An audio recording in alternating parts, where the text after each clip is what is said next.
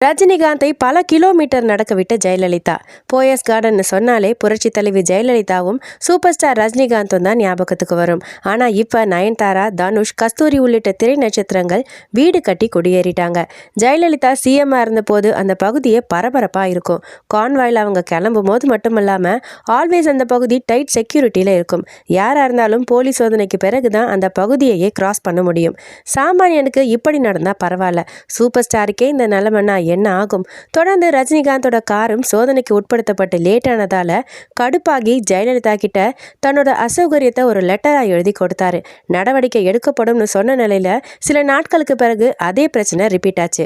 ஒரு நாள் பொறுத்திருந்து பார்த்த அவர் காரை ஒரு ஓரமா நிறுத்திட்டு இறங்கி நடக்க ஆரம்பிச்சிட்டாரு. இதை பார்த்த ரசிகர்கள் அவரை பார்க்க முண்டியடிச்சு கிட்டத்தட்ட 2 கிலோமீட்டர் தூரத்துக்கு டிராபிக் ஜாம் ஆகிடுச்சு.